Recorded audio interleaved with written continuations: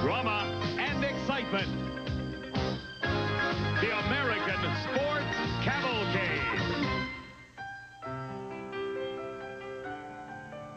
Here in Virginia, just across the North Carolina line, the fall colors have a long ways to go. That's far from over. Not so NASCAR's Busch Grand National Stock Car Series. It comes to a climactic finale just a few hundred yards from where I'm standing at Martinsville Speedway. Hello, everyone. I'm Steve Evans, and this has been the most exciting BGN Tour year most racers and fans can remember, partially because of two young drivers swapping the points lead back and forth, race after race. They are Kenny Wallace and Bobby Labonte. They have a lot in common. They're both in their late 20s, and both have older brothers who have won Winston Cup championships. In fact, Rusty Wallace owns Kenny's team. Terry is always there for Bobby, advice and counsel. Now, they could, either one of them, win a $100,000 bonus today. How will that be decided? Well, here's my pal, Brock Yates. Well, Steve, it's going to be decided here on this big half mile here at Martinsville, Virginia. But I'll tell you what, the similarity ends there. You recall the last time we saw Bobby Labonte, he was at Rockingham, North Carolina, and he ran with the leaders all afternoon and then had some engine problems at the end of the day and finished back in 8th. But he came here to Martinsville with a real vengeance. Put the number 44 Oldsmobile on the pole, and all he has to do is finish 3rd or better to clinch the championship from Kenny Wallace. Earlier, I talked to him about his strategy for today. Well, I'm sure I'll just run the Penrose Oldsmobiles as fast as we can go, as long as it's at a comfortable pace.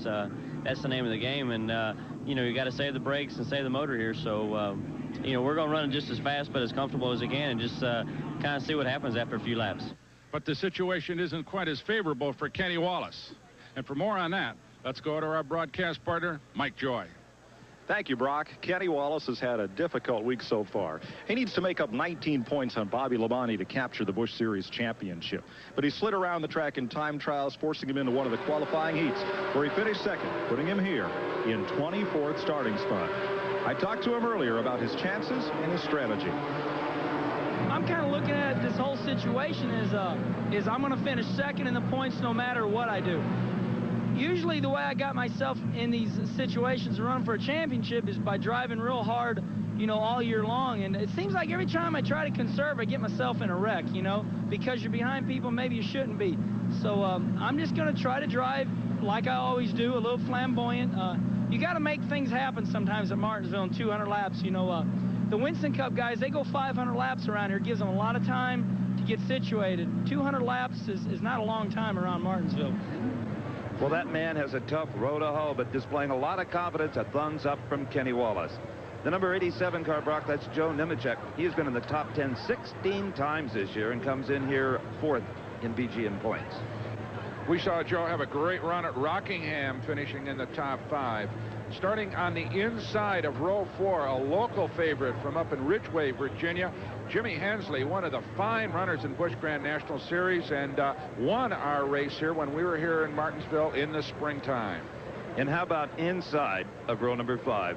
Harry Gant, car number 7. Harry has more Busch Grand National wins than any other driver this year, 4, and doesn't run the entire series. But most of those came in the last few weeks. What a role he had in the fall.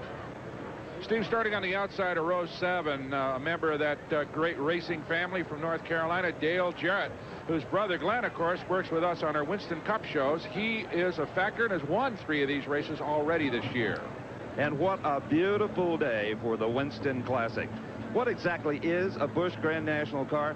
Earlier, Mike Joy took a look. From the grandstand, a Busch Grand National car looks much like its Winston Cup cousin. This one's a Buick Regal. But there are important differences, starting right under the hood.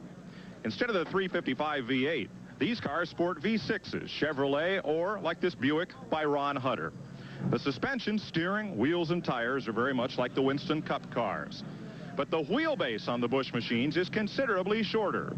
And these cars weigh 200 pounds less than the Winston Cuppers. On the short tracks especially, it results in a car that is lighter, handles better, and turns quicker lap times. And that could be a big factor here on this half mile at Martinsville. They're going to go 200 laps, 100 miles. And as Bobby Labonte said earlier, Steve, brakes become a big factor on this short track. You know, also, Brock, should there be a lot of caution laps early on where guys can idle around this racetrack under yellow, conserve fuel, you might be able to run the entire race without a fuel stop, a real time saver. That's right. These cars, like their Winston Cup brothers, carry 22-gallon fuel cells and add around 25 miles to the gallon. As you say, with cautions, you could make it without a stop. But I know that most of the front runners do plan on at least one stop. Don't forget, too, that the rules demand that you can only change 2 tires under a caution here at Martinsville.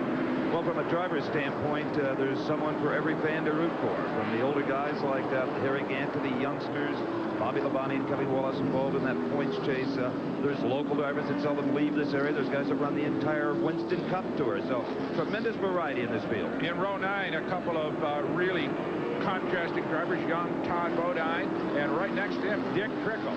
Bodine in his early 20s, Trickle, who knows how old he is, and he has run a ton of these short track races, possibly a man who's won more short track events in ASA and up in the north than any driver in this field. Jeff Gordon, way back in row 14, car number 1, that's the Ford. Of course, he's the national champion midget driver. Mike Wallace, the younger brother of the Wallace family, he's in this event as well. Starting on the outside of the front row next to Labonte is Mike Oliver out of Gunnersville, Alabama. We haven't talked much about him. Mike has only run 9 of these events so far this year and has not finished in the top 5. But I'll tell you what, he's a fine young driver. And green flag falls, and Labonte has an early lead. But look at this, Oliver charging around on the outside. A 2-groove racetrack all of a sudden, and Oliver takes the lead down the back straight. That's Oliver on the outside, the 28 car. He doesn't care if Bobby Labonte's involved in a points chase or not. He's going to try to win this thing. Very impressive qualifying showing. Now we'll find out if he can go the distance. Oliver leads him down into turn number 1 on the beginning of the second. Gets a little loose in turn 2 and falters a little bit. Will that give Labonte a chance to charge in underneath them as they go down into turn number 3? Let's see. The 44 Penrose Oldsmobile started on the pole, still sitting back there in second spot as Oliver leads it.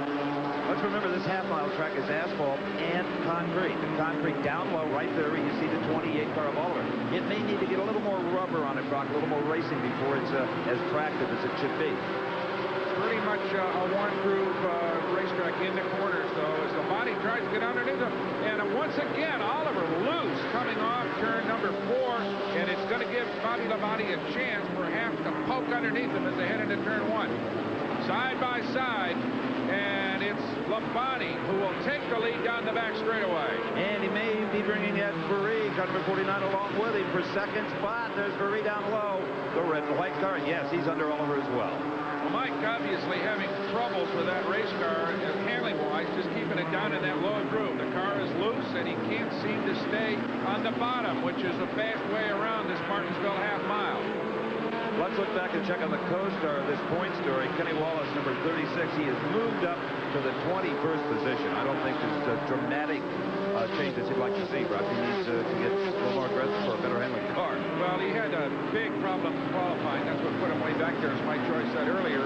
He just missed the setup. He admitted it, the crew did, and they still don't have a real handle on how to get around here. It's definitely not a great handling race car under Kenny Wallace right now, although he's charging hard as he goes around the number 5 car at Jay Fogelman, who started up at 11. So Fogelman having more troubles than Kenny is at this point. And here's some guys bumper to bumper for the 3rd spot. 87 Joe Nemechek, who started 5th. And just behind him is Mike Oliver, number 28, trying to get that 3rd place back. He led a couple of laps. So as Bobby Labonte charges for not only victory here, but hopefully his first Busch Grand National Championship in Martinsville, we'll be right back. Brought to you by Dodge, a great way to rediscover American value. We're back in Martinsville, Virginia, with our coverage of the Winston Classic Busch Grand National Race. And let's remember, car number 44, Bobby Labonte. If he can run well at all today and keep Kenny Wallace behind him, they win a $100,000 bonus in the series title. Right behind him is Pennsylvania driver Ed Veree, a rookie, doing a good job here. He's had a couple of top 10 finishes and is a candidate, actually, for Rookie of the Year in this series. And look at this. Number 7, that is Harry Gant, the Oldsmobile moving up through the field. As usual, Harry started back mid-pack, begins to make his move. Now that's Chuck Bowden, the number 63, the defending champion of Busch Grand National. But Harry Gant continues to just kind of poke his way up among the leaders. Pretty typical way that Harry starts a race, Steve. Oh, absolutely. And Harry goes under the 75 car, and that's Butch Miller. That will give Harry 5th spot. Well, as you know, Harry's had a legendary career in the late part of the season, both the Winston Cup and Busch Grand National. Earlier, Harry reflected on the evolution of this particular series. Well, it's changed a lot because when I first started into the Busch series was Ed Whitaker's team here that, you know, you went to Darlington and Dover and Rockingham and Daytona, those places. The experience was way ahead. You know, you could win the race pretty easy, and you could, all the Winston Cup drivers had a big advantage. But then I'd say the last 2 years it's been turned around a lot. You know, they all run good now on those tracks, so it made the competition a lot harder. And the Busch driver sits on the pole, you know, and leads the races now. So it's really changed in the last 2 or 3 years. But they still enjoy running it. Any of the Winston Cup drivers will take a ride in this series anytime they have time to do it. Kenny Wallace has fallen back a couple of places. He's 23rd, challenging 88 Donnie Lane Jr. for the 22nd spot. That car cannot be to his liking right now, Rock. He'd be moving up. No question. We're getting some reports that there may be some brake problems with that race car. And of course, if it's not handling right, then you have to charge it harder into the corners, which eats up the brakes even more than normal. Harry Gant told me earlier that you just kind of lay on the brakes a little bit as you come down into the corner, both into turn 1 and into turn 3. But you don't use them hard, and the discipline required to stay off the brakes is really important in Martinsville, because if you get overeager, you'll eat them up right away. These are heavy race cars. The brakes aren't that big. They're not designed, they're not like road racing cars where you have great big brakes. So you have to use a lot of discipline. And with Kenny's car not handling right, he may be having to use the brakes more than he wants to. Well, Ed Perry in the 49 car in that second spot is getting a bit of pressure, being challenged by Florida driver Joe Nemechek, the number 87 Chevrolet. Everybody now seems to be settled down and ready to make whatever kind of move they're capable of. You're talking about braking earlier, Brock. I think you're really using the brakes more to keep you from colliding with the car in front of you than anything else. You'd like to just roll to the corners with very little braking, and you don't have that kind of problem. Yeah, but these are relatively long straightaways and kind of tight corners in Martinsville. It's a symmetrical racetrack, low bank, and you cannot just lay it into a corner as you can on a high bank racetrack and not use the brakes. You got to use them a little bit, and it does, as I said earlier, heat them up pretty good if you're really trying to rip around here real hard. Of course, in qualifying you can do that, but not here in the race. Let's watch Nemechek continue to work on Ed Perry. But Joe better take some cognizance of what's going on in his rearview mirror, because that's number 7, Harry Gant. He's got a clear racetrack in front of him, and within a couple of laps, he probably is going to be right on Nemechek's rear bumper. Well, a guy who does not have anywhere near a clear racetrack in front of him is Kenny Wallace in the 36 car, our championship contender. He's in the 21st spot right now, as high as he has run. But up in front of him is Steve Grissom, the 31 car. Mike Oliver's fallen all the way back to the 28 car. Tracy Leslie, nobody easy to pass up there. Mike has obviously got real problems with that race car. Remember, the 28 car started on the outside of the front row, and he's just fallen way, way back, and definitely out of contention because of an ill-handling or ill-running race car. Unfortunate for him, because he had a great afternoon ahead of him, apparently, if the race car cooperated. Well, so far, he said, fingers crossed, his final race of the Busch Grand National Series here in Martinsville has been clean and green. Great race so far. But look at this. We've got some problems with Joe Nemechek in the white 87. He's faltering. He was in second place. There goes Paris and Harry Gant in the 7 by him. So Joe Nemechek out of Florida is going to probably head for the pits. That is a sick race car. Let's look at this. Gant charges right by Paris to take over second place. So Harry is on a rip right now. Oh, he definitely is, and inherited one position anyway because of the problems with Joe Nemechek. Nemechek, I agree with you, the car sounds awful. Obviously, it doesn't have any power. It doesn't respond to the throttle, so he has got to be headed for pit road here at Martinsville. So Harry Gant just opens a big gap on Paris and probably is going to make a move, I would imagine, on the leader, Bobby Labonte. So Harry Gant, once again, doing that old trick that he is so famous for. Starts middle of the pack, lets everything settle down in the opening laps, and then around laps 25 or 30, suddenly appears as a challenger. In the pit is the Nemechek car. I would guess maybe something electrical, and that's the universal cut sign. We're done in all of motorsports. Yeah, no question about it. Everywhere you see it, and the hood will come down, and they'll roll that race car into the garage area. Tough break for Joe Nemechek, who's had a good season so far. Well, there's the race leader and the points leader, 44, Bobby Labonte. Whoa, and we've got a car pointed right at Labonte as the 88 machine of Donnie Lee Jr. has spun in turn 4. He'd been running fairly about 15. Well, Donnie Link gives her a good old bootleg turn there to get it back underway, but he'll fall back. We're under yellow here, and Harry Gant right on the bumper of Bobby Labonte when we restart.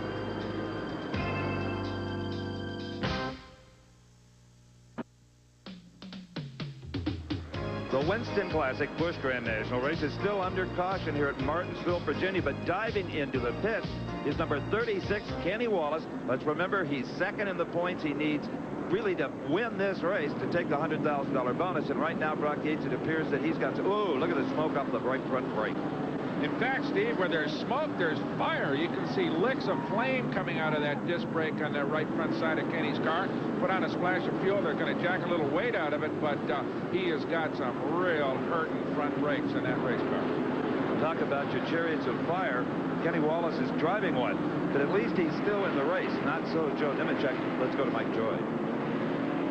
Joe Nemechek is behind the wall as the crew works on the distributor of the V6 Buick. Joe, what happened to it?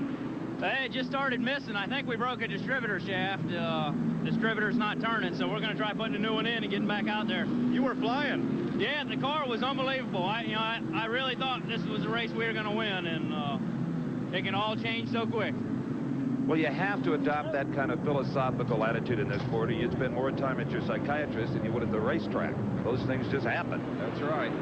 Well, as the field remains under caution here, let's have a look at the top 5. Labonte, Gant, Paris, Chuck Bound, and Tom Peck. Remember him out of McConnellsville, Pennsylvania?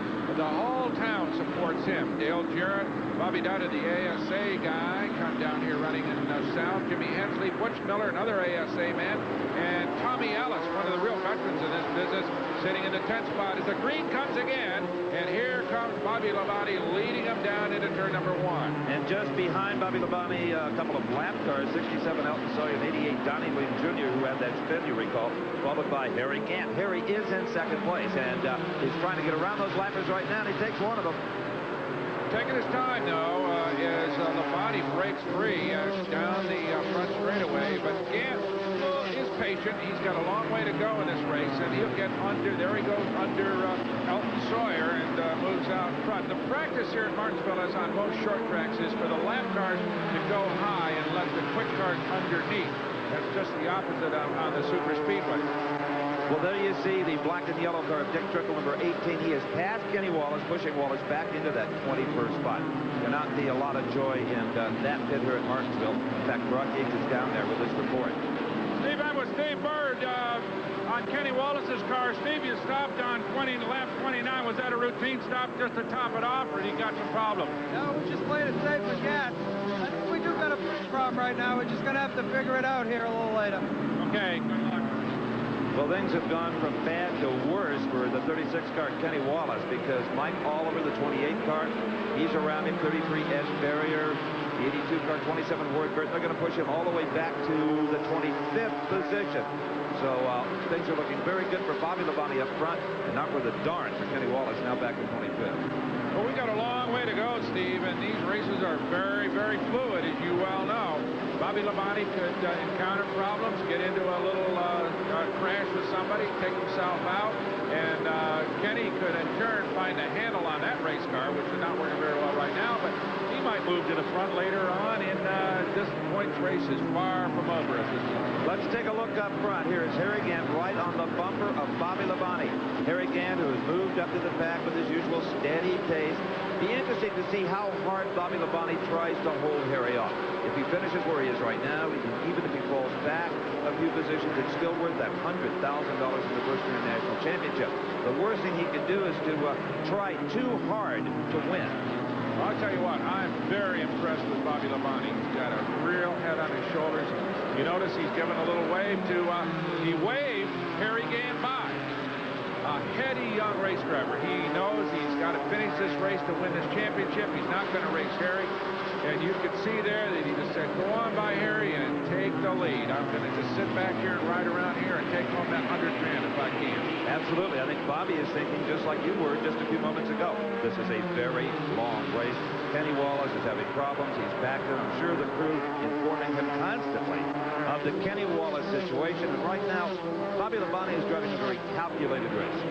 Meanwhile, defending champion Chuck Bound in 63 has moved into third. Earlier, we talked to him about race strategy. Try to get to the front and stay there, but Martinsville is always a real questionable race whether we can make the 200 laps on fuel or not. It's a 100-mile race, but Martinsville, the mileage isn't quite as good as most racetracks. So our strategy is if the cautions are coming quite regular, that'll increase the fuel mileage, and we're not going to stop. But if it looks like the cautions are going to be few and far between, then if the first caution comes way into the race, we'll probably stop and top it off and see if we can get back to the front that way. Well, Chuck Bound is having a fine drive right now. The 63 car is rapidly reeling in number 44, Bobby Labonte. Labonte still riding in second, but Harry Gant on the point. So the champion and the possible future champion riding in second and third spot here is the old veteran Harry Gant continues to open it up here at Martinsville. We'll be back with more of the Busch Grand National Winston Classic from Martinsville, Virginia, right after this.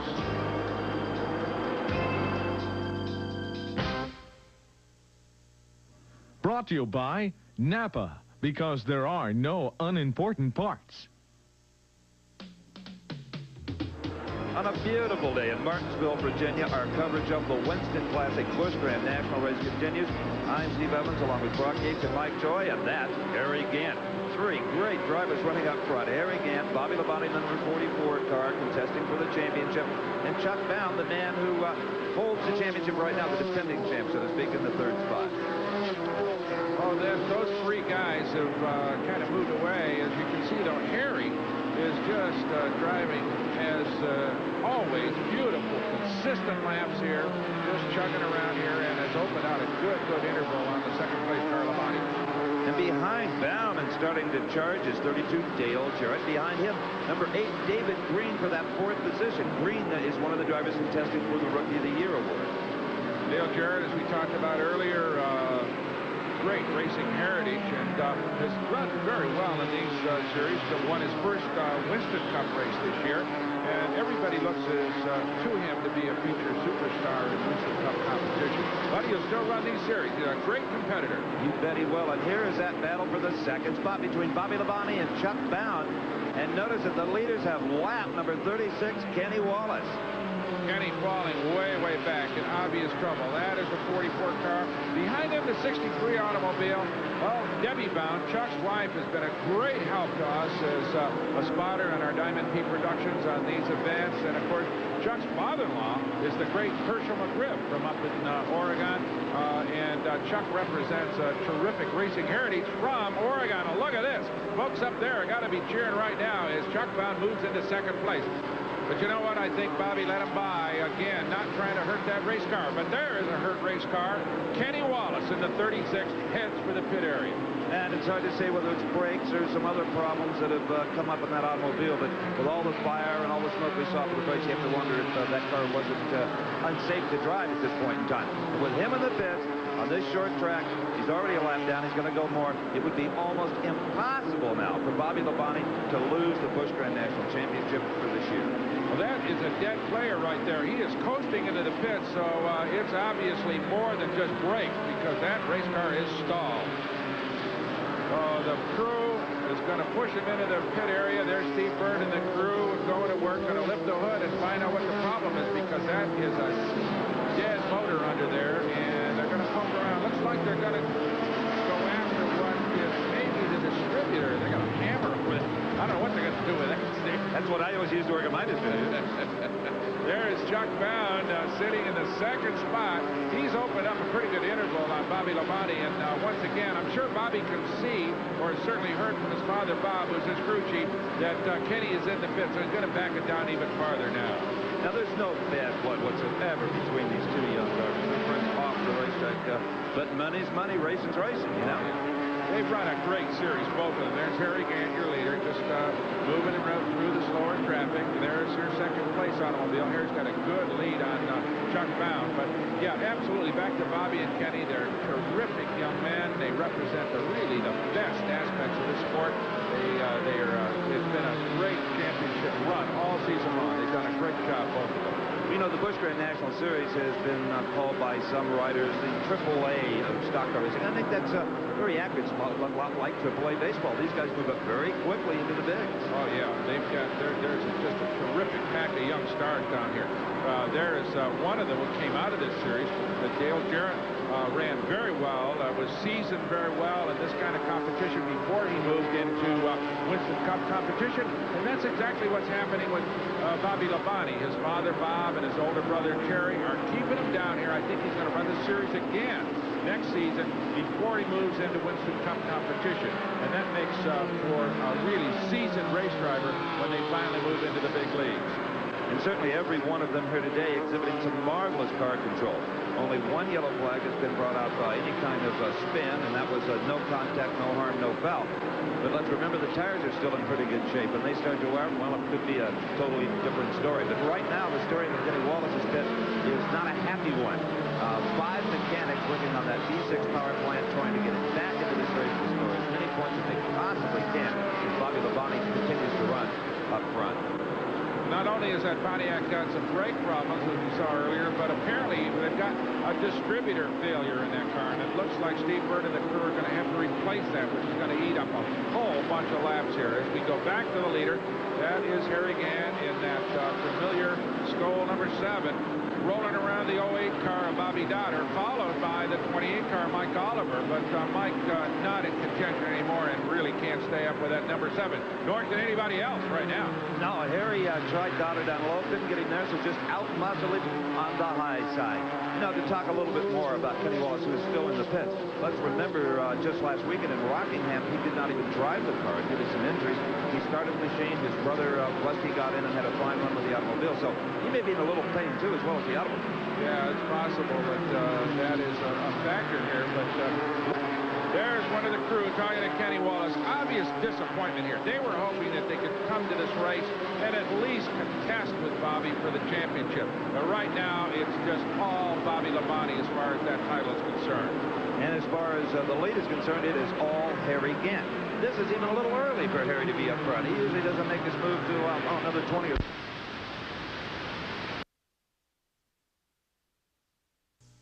visibility below 1 mile in rain and fog with a chance. Mechanics still swarming over the automobile. Kenny stays behind the wheel, belted in case they can get back out on the track. Classic here in Martinsville, Virginia, as we watch number 32, Dale Jarrett, move up on the bumper of number 44, Bobby Labonte, to challenge for the 3rd spot here as we approach 80 laps. Harry Gant continues to lead it. Bound, Labonte, Jarrett, and Green in the top 5. Steve Grissom, the fine young driver from Alabama, in 6th. Jimmy Hansley, former winner here and a local favorite, in 7th. Dave Rezendes, Jeff Burton, Tracy Leslie in the top 10. Well, Dale Jarrett in that blue and white 32 car, the Nessus machine, is ready to make a serious challenge now to Bobby Labonte, trying to take the 3rd spot away from Labonte. He moves right, appears to have the power and the handling, maybe to make it happen, if he could just find a little daylight to drive to. So, Labonte driving easily. Remember now, he knows that his arch rival, Kenny Wallace, is still in the pits, but he's still got to finish this race. Theoretically, if he falls out now, Kenny Wallace gets back into the race and completes more laps than Bobby. The championship could still fall to Wallace, so it's undecided as yet. And the pressure remains on Bobby Labonte, and the one thing he doesn't want to do right now, Steve, is bend that race car in any way. So he's going to be very, very careful. And I would imagine, yes, he's just going to let Dale Jarrett by for the 3rd spot. He has to slam the door on Kenny Wallace permanently and forever to take the bonus money. Now, when that happens, if it does here in the next few laps, may be interesting to see what kind of driving style he adopts then. You may see a different Bobby Labonte. Absolutely possible. He and Kenny have both won 2 Busch races apiece. And it would be kind of frosting on the cake if he could win that 3rd one, which would even break him a little bit farther away from Kenny Wallace as far as the championship is concerned. Well, Bobby has been in the top 10 20 times compared to Kenny Wallace's 17, and there is your points difference, essentially. All right, that's the number 8 car, David Green, a rookie who's now all over Bobby Labonte for that 4th position. So David Green charging hard, doesn't have a chance for the championship, but he is a candidate and a good for Rookie of the Year honors. And David Green is going to try to show as much as he can in these later stages. Look at this. Kenny Wallace, the 36 car, is back out on the racetrack. Apparently they got enough problems resolved to put him out there and kind of run around as Mike Joyce as a pointer sister, just trying to get some points. But remember now, it's laps completed. So theoretically, if Bobby was to encounter trouble about now, and of course he's there, he's just letting David Green by for the 4th spot, not fighting for that position at all. As I said, if he falls out in around halfway, and Kenny continues on to finish and finishes a few positions ahead of him in terms of laps completed, the title could still fall to Kenny Wallace. So Bobby is definitely aware of that problem. And in the black number 8 is David Green, who right now is wishing that Bobby Labonte had been that easy to pass all season long. That was a piece of cake, but there's a good reason for that, David. It's called $100,000. There's your leader, Harry Gann, in the number 7 Buick. You know, Steve, he's 51 years old, but everybody agrees that he has one of the finest conditioned bodies of anybody. The man is an Iron Man. He has just got enormous physical strength and endurance, and nobody is concerned about Harry Gann getting tired in one of these races, I'll guarantee you. Oh, no, it's a 51-year-old head on about a 19-year-old body. You'll remember, I'm sure, that brutally hot day this summer. We covered BGN Racing live from Dover, Delaware. And Todd Bodine won it and had to take oxygen before I could do a winner's interview. And Harry is standing along his car, wanting to know if anybody wants to go another 50 laps just for the fun of it. Unbelievable. In fact, I think he went out and ran some Winston Cup practice after that event was over. Oh, yeah, he was the first on the racetrack. There is number 63, Chuck Bound, in traffic. He is your second-place automobile, and he is well back at this point from the leader, Harry Gann. Harry is just one of the neatest guys you'll ever meet in this sport. I tell you, Busch Grand National and Winston Cup Racing are populated with really fine guys. Just a great bunch of people, easy to work with, great sportsmen, good, fun people. But Harry is a special one. He is just as warm and personable as you could ever want a race driver to be. Well, traveling that 3rd spot is the number 32 car, Dale Jarrett, and he puts a lap on the 08 car, the colorful machine of Bobby Donner. Colorful. Give me my sunglasses. Look at that 8 car. Yeah, you never miss him if you were one of his pit crew. You know when Bobby's coming. We've seen him run a lot in the ASA series up north. Came south, having a little bit of problem getting used to this really intense competition that these guys put up. I'll tell you what, this is a fine bunch of race drivers who are running in the Busch Grand National Series. Attested to by the fact, Steve, that we've only had one caution on a very tight, very challenging racetrack. With 32 race cars. Well, there is number 8, David Green. We've talked about him before. He's back and forth. Now, when the race is over, he won't necessarily know if he's the Rookie of the Year. Maybe somebody else is. That's done with points and a vote and a kind of a complicated formula. It'll probably be banquet time before he knows. There goes Harry Gann around 36, Kenny Wallace. There you can see the differential in performance. Kenny far from up to speed. Of course, nobody is as far as this car is concerned. Harry just running away for this race at this particular point. But Kenny Wallace still is running a relatively tepid race car there. That is not, 36 is not up to par, believe me. Well, this could get real interesting, though, with the few cautions that we've had here, is when are they going to get some fuel? Because I don't think, with the number of yellow laps we've had so far, that anybody out there could go all the way to you. No, they were hoping for at least 2 or 3 pretty extended cautions to increase fuel mileage and also save the tires. Remember, we got a little bit of a tire factor. Nobody really concerned about it on a relatively cool, or at least on a steaming hot day here in Martinsville. So tire wear not the big problem, but I think people are starting to wonder if they're going to go to distance on fuel. As we have a look at number 31, Steve Grissom, the last man on the lead lap. He's in 6th place here at Martinsville. We'll be right back. Fans in Owensburg, Kentucky, one of their own. Number 8, David Green, is coming into the pits, and the smoke emanating out of the exhaust indicates some serious engine problems. David qualified 13th, was having a wonderful afternoon, running as high as 4th just before all of this trouble. Yep, the hood is up, the bonnet, as they call it in England. No matter what you call it, underneath it, there's big trouble. Okay, up front, Harry Gann goes around number 11, Mike Wallace. That's the brother of Rusty and Kenny. But the big question now is, how about fuel?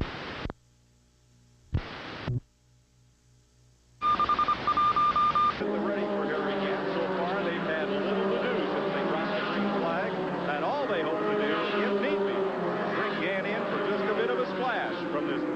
of gas.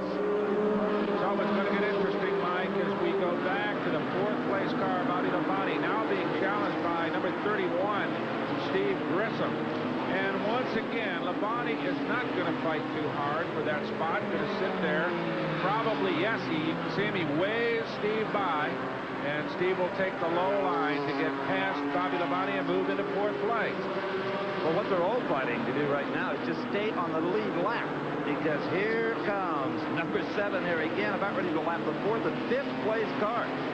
Harry Gann just rotating around this half mile like he's on a string. Just absolutely consistent running, as you might expect from this great veteran, but having probably an even and easier day than he expected.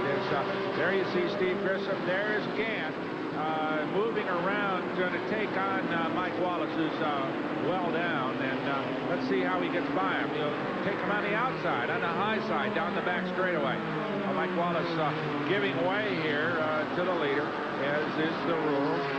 You don't fight if you're a lap down, and else you get a big old black flag from NASCAR. They won't tolerate that kind of tactics here. And that's one thing about short track racing, Steve. It's so congested that you never break free in traffic for more than a few seconds. And NASCAR officials are very, very tough about making sure the lap cars give way to the leaders.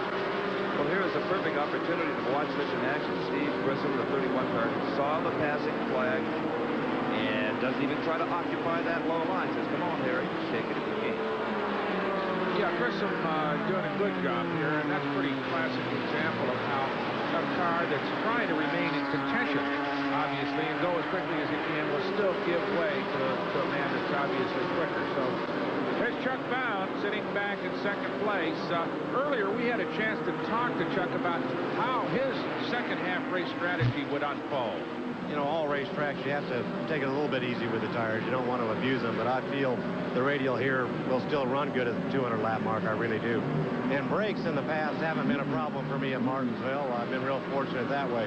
So I guess the biggest thing would be that we hit the chassis right and that the car is doing exactly what we need it to be doing in the later stages of the race. I think that's going to be the key. I'm not really worried about brakes or tires. Well, so far, Brock, he's running exactly according to his own plan he just outlined for us. Yeah, absolutely. This is number 27, Ward Burton.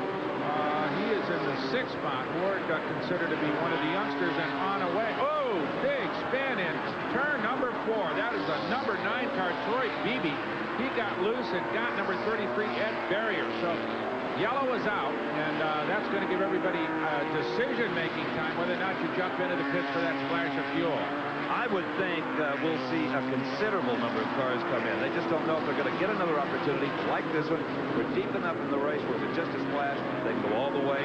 We heard Chuck Bound say the radials will go the distance, and so far that appears to be the case. Let's have another look. All right, there is Burton, and right behind him, there you see Troy Beebe in the yellow 9. Just get loose. He just lost it. Racetrack's got some rubber and oil down on it. There is Ed Barrier banging into Beebe, and we're going to get a yellow because there's debris on the racetrack, and that is going to slow things up for a minute. That's right. Plus, it'll take a couple of wreckers to make it all happen. Here is Bobby Labonte into the pits. They're not going to touch the tires, apparently. Inspecting them, but that's about it. We see some fuel going in and a little suspension adjustment, put a little wedge into it, it looks like, Rod. Yep. But there you can see the lag of one of the mechanics under the rear of the car. They're working on the right rear spring, Steve. There are some spacer adjustments that they can make on that, and I would imagine that's what they're doing to change that suspension around a little bit. Right, but no change of tires. Harry Gann is in, and Mike Joy is there. Harry Gann had lapped all but the next 2 cars under green. At lap 123, he comes in for his only planned stop. It's just a splash and go, and Gann's back underway. Observing the pit speed limit is Harry Gann. He'll have to merge into traffic, and going by before he can get out will be, yes, right there, the red 63 car. Chuck Bound is now the leader with Harry Gann in the 2nd place. We'll be back with more from Martinsville right after this. Stay with us. Could be a good fight between 2 veterans. Pit stops completed under this caution flag. Chuck Bound leads it, but only by a car length or so over Harry Gann as we get ready to go for a restart. Dale Jarrett's moved into 3rd. Steve Grissom, Ward Burton in the 5th spot. They're the only drivers on the lead lap. Jimmy Hensley, Jeff Burton, Bobby Labonte with that slower stop falls back to 8th. Jeff Gordon, the rookie. Todd Bodine, another rookie, in 9th and 10th. All right, the debris has been swept up. The pit stop's completed. We're about to go green here at Martinsville. And Steve Grissom, the 31 car, running in actually 4th position, but on the lead lap, will carry him down into turn number 1.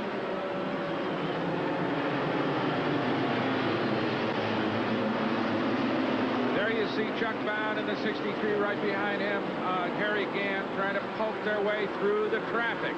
Down into turn number 3. And oh, look at that. That's the 11th car of Mike Wallace. Got in the way of Harry Gant, and Harry almost shoved him out of the way. Mike Wallace was a little bit low. He should have been a little high to let the lead car through, and he didn't, and almost paid for it with a ride into the infield. You know, that all happened so quickly. Harry catching up to him. I'm not sure he ever saw it. May not have had a chance as quick as that restart happened to really get situated on the racetrack. I don't think that was intentional at all. No, I don't think so either. Things get real busy on a tight little racetrack like this, and a whole bunch of relatively large race cars all muscling into the same piece of territory. So things get, I'm surprised, really, that we don't have more incidents like that. All right, here is Chuck Bound trying to put Ward Burton, the 27th car, a lap down again. Let's remember, Burton got his lap back during that caution. Burton, as Brock said earlier, a real up-and-coming driver, has 2 pole positions this year on the Tour Series. Hasn't won a race, but boy, he's got the performance to do it if it ever goes all right the same day for him. Well, there is Harry Gant, who's sitting back about 2 car lengths away from the leader, Chuck Bound.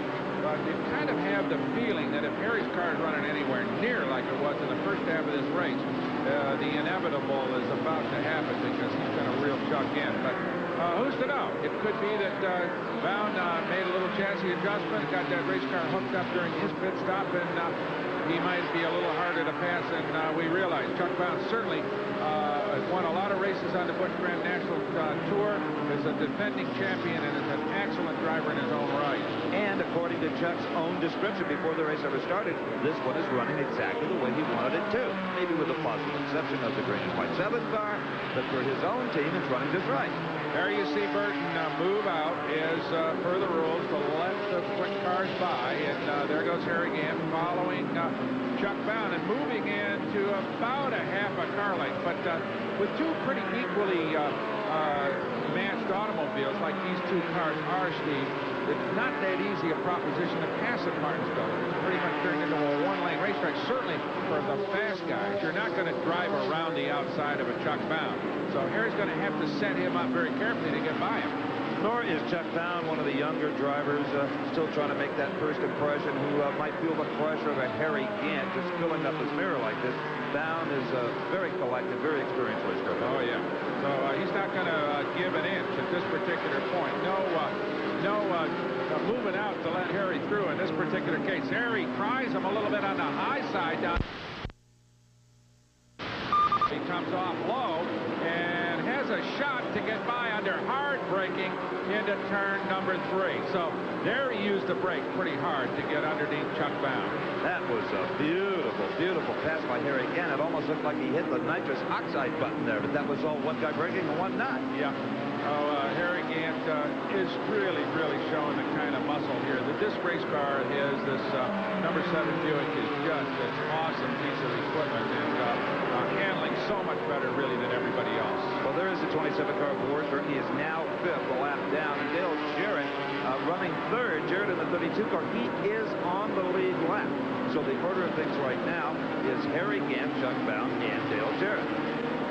Interestingly enough, Steve, they all started kind of well back. Harry started 9th, Bound 12th, and Dale Jarrett 14th. So in a race of this length, grid position, as it were, really doesn't mean a whole lot. The cream will rise to the top regardless, and as we see here now today. We see Steve Grissom in the 31 car give a little thank you wave right there to Kenny Wallace. Kenny in the 36 car is currently clear back around 24th. His hopes of the championship getting slimmer and slimmer, if not infinitesimal. That's right. Just trying to hang on to the ill-handling, cranky race car that spent almost 40 laps in the 5th. So it's been a tough afternoon for the young driver, Kenny Wallace. Steve Grissom is another young star in the rise. Came out of the All-Pro circuit down south and doing a fine, fine job. Big, strong, husky kid looks more like a pro football player than he does a race driver. Look at this. Dale Jarrett in the 32 car right under the bumper of Ward Burton. Dale is in the 3rd spot. Ward Burton is 5th, but a lap down. As they move underneath the 49 car, Vet Perret, remember he started 4th, ran with the leaders early, but now has a sick race car and gave way that he's got.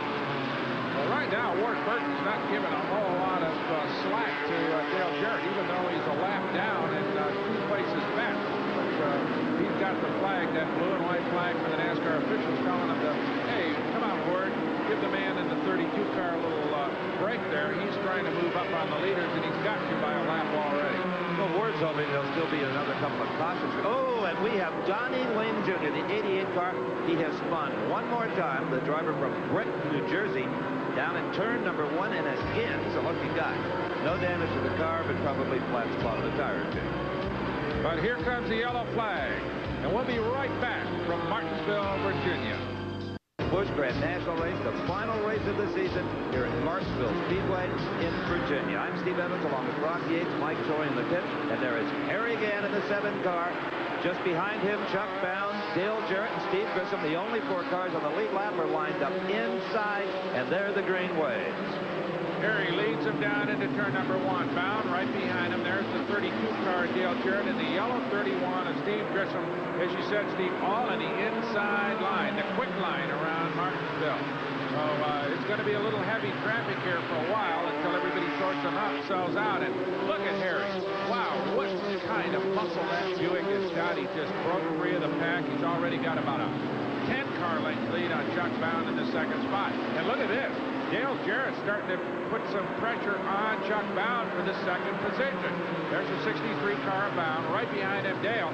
And Dale is all over him. And Grissom, in turn, is all over the behind of Dale Jarrett. So everybody is jockeying for position for that 2nd spot. There they are, the 3 cars in contention, definitely for 2nd overall. I don't know whether they can catch Harry, though. Oh, no, I have my doubts about that. But right now, a terrific battle between Bound and the 63 car and Dale Jarrett. Jarrett just sawing on that wheel, hunting all around, trying to find a way to get around Bound. Bound trying to make his car just as wide as he possibly can. There's not that many laps left here in this race, about a quarter of it to go. And you'll notice equally matched race cars. You cannot get... Whoa! Dale Jarrett got a little sideways, and it may have been that Steve Grissom touched him coming off turn number 2. Grissom took a shot at him down low, but Dale recovered quickly enough to hold him off. But Grissom's got the low line.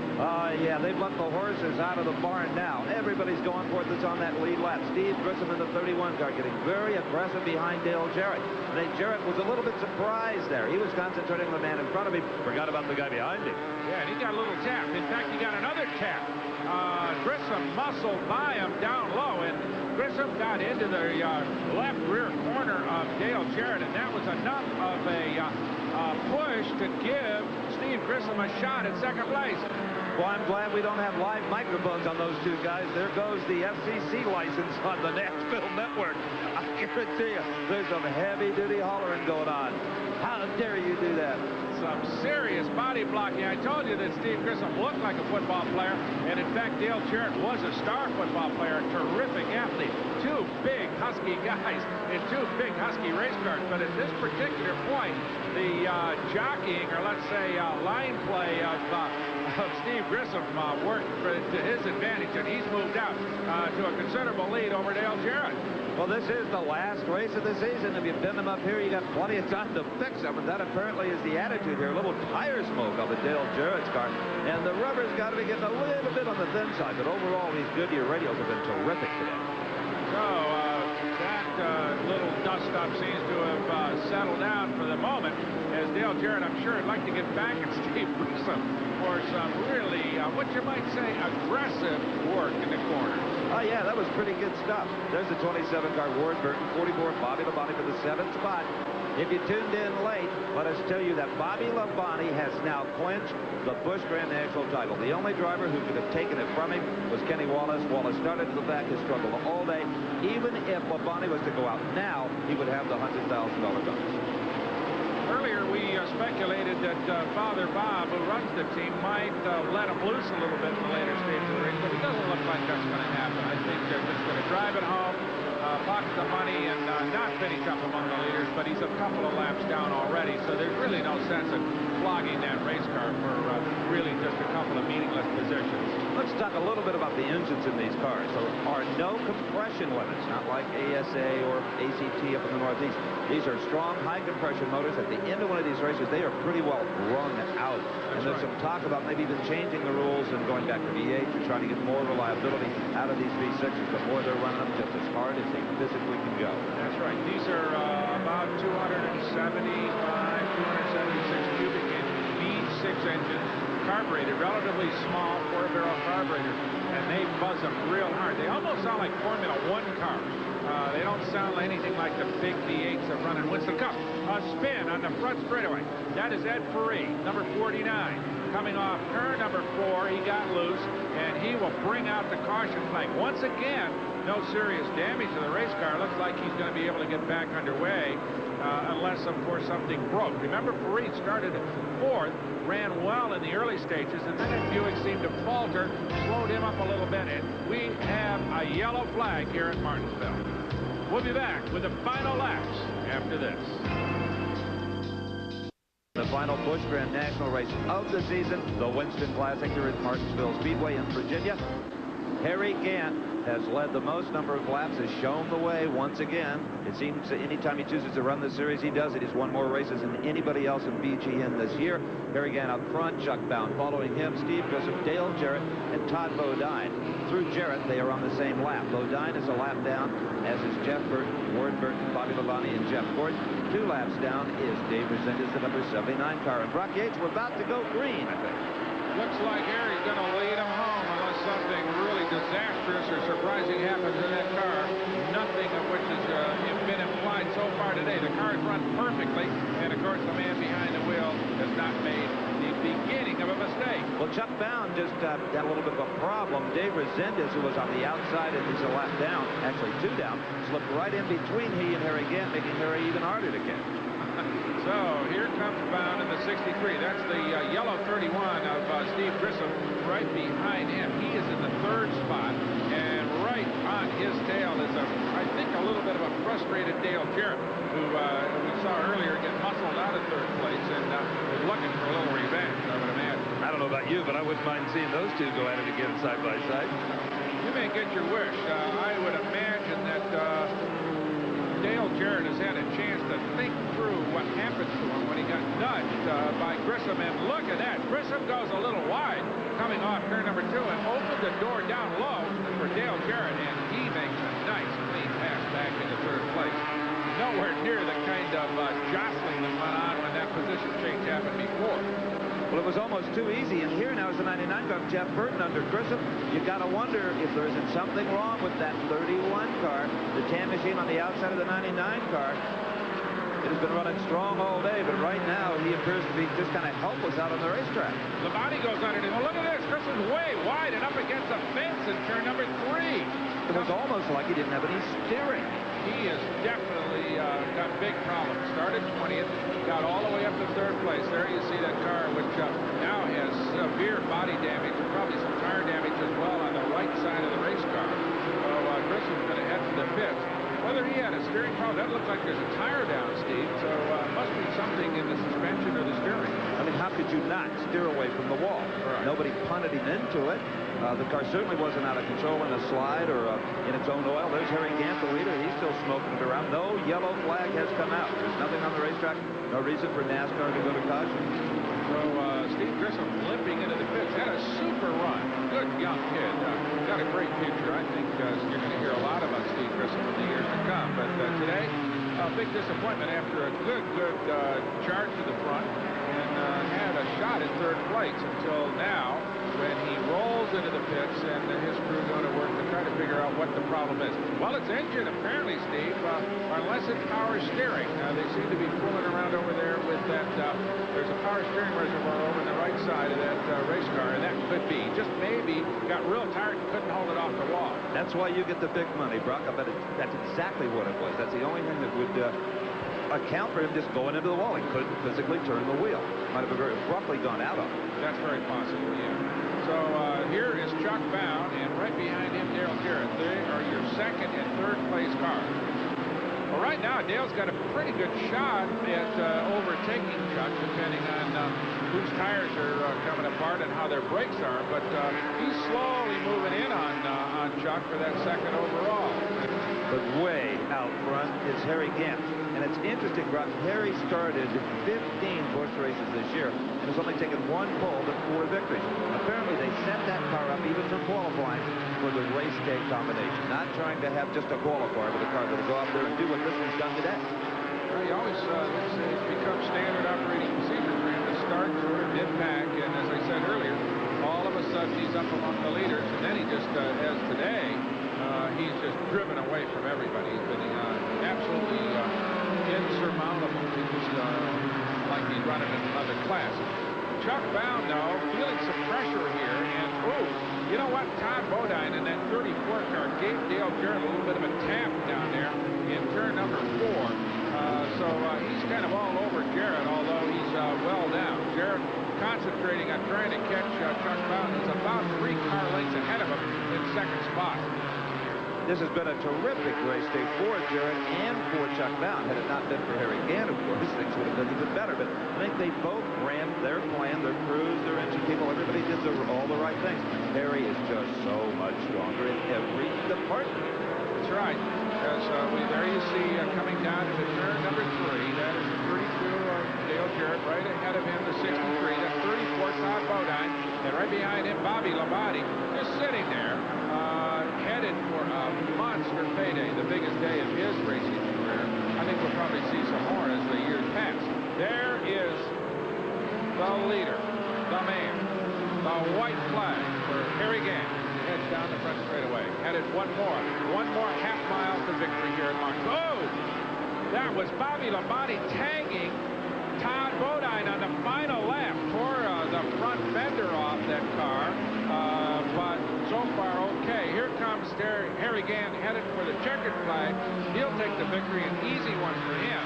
But we almost had an incident with Bobby Labonte. Well, there's the banner. Congratulations, Bobby Labonte, and it's one they can proudly wave now. And I think Labonte just got so excited there that he just lost his concentration for a second. And there is the bid of the 1991 Busch Grand National Champion, and there is a shot of our winner, Harry Gant, number 7. And this is 5th Busch Grand National win of the season, and there is the battered car of the champion, Bobby Labonte, Corpus Christi, Texas. And with the champion's bonus, Bobby Labonte will have earned over $300,000 on the Busch Grand National Tour this year. And here's the unofficial final standings. Bobby Labonte over Kenny Wallace, Robert Presley 3rd, Chuck Bound 4th after winning it last year, and Jimmy Hensley in the 5th spot, followed by Nemechek, Todd Bodine. We saw him win at Dover earlier this year. Tommy Houston, Tom Peck from the little town up in Pennsylvania, and Steve Grissom. They round out the top 10 in the final point standings.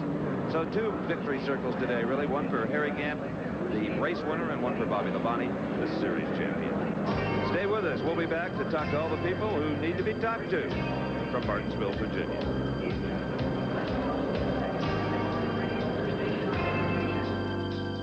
Celebrate and some to commiserate. The final results in on this Busch Grand National race. Harry Gant won it, followed by Chuck Bound, Dale Jarrett, Todd Bodine, and Bobby Labonte running out the top 5. The Burton boys from South Boston, Virginia had a good afternoon. Ward was 6th, Jeff 7th, followed by Jeff Gordon, Dave Resendez, and number 10, Jimmy Hensley. Congratulations to all. But right now, a special congratulations go out to the new series champion. Brock Yates is with him. Bobby, congratulations. Super effort. What'd you think when Kenny dropped out? Did you back it off a little bit, or did you keep running hard? Well, I ran hard all day. You know, this Penrose Oldsmobile run good all day. Carl Wagner's built us great motors all year long, and this was the best he's ever built right here. Jack Roush helped us out in Val Springs last week, lived all day. Can't say enough about those guys. My sponsor, Penrose, Goodyear Tires, Bilstein Shocks, all these people around here. I mean, this is what it's all about. Thought I could get Todd there at the end because to finish 4th, you know, another position pays a little bit more, but, you know, I was wanting to do that for the guys because we all get a bonus for positions, and, you know, we just had a good run. Bobby, when you started this season, you ever think you'd go down to 30 races before you got it decided? Yeah, I figured it would. Figured it would. You know, it's been a long race, and there's a lot of talent back here.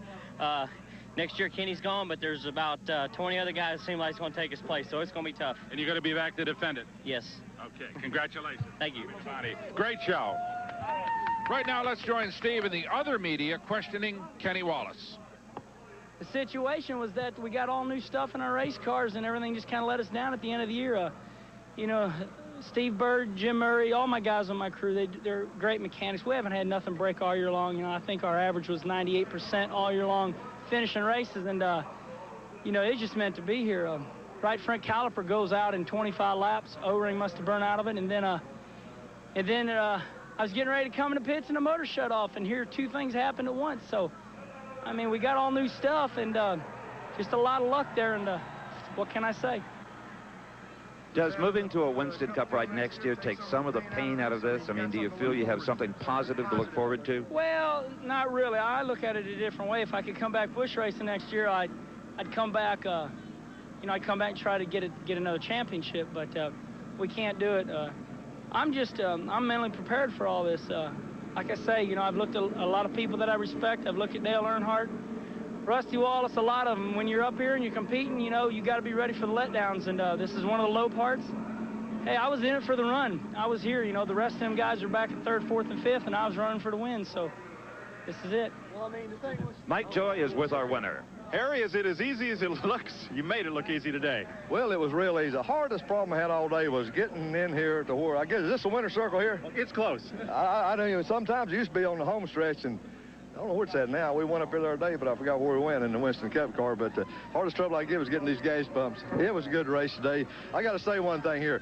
Buick has supported us over the last few years, 4 or 5 with Ed, and with their V6 program, and, you know, they're discontinued their help, you know, in racing this year. And we'd like to thank them for all they've done. The support they give us is just super, you know, and our Skoll racing team, you know, and our sponsor, Skoll Bandits, you know, U.S. Tobacco Company. But we do want to thank Buick for all they give for us this year. Mike, tell Harry the winner's circle is anywhere he happens to be standing. For Mike Joy, Brock Yates, I'm Steve Evans. Thanks for joining us from Martinsville, Virginia. We had a wonderful afternoon.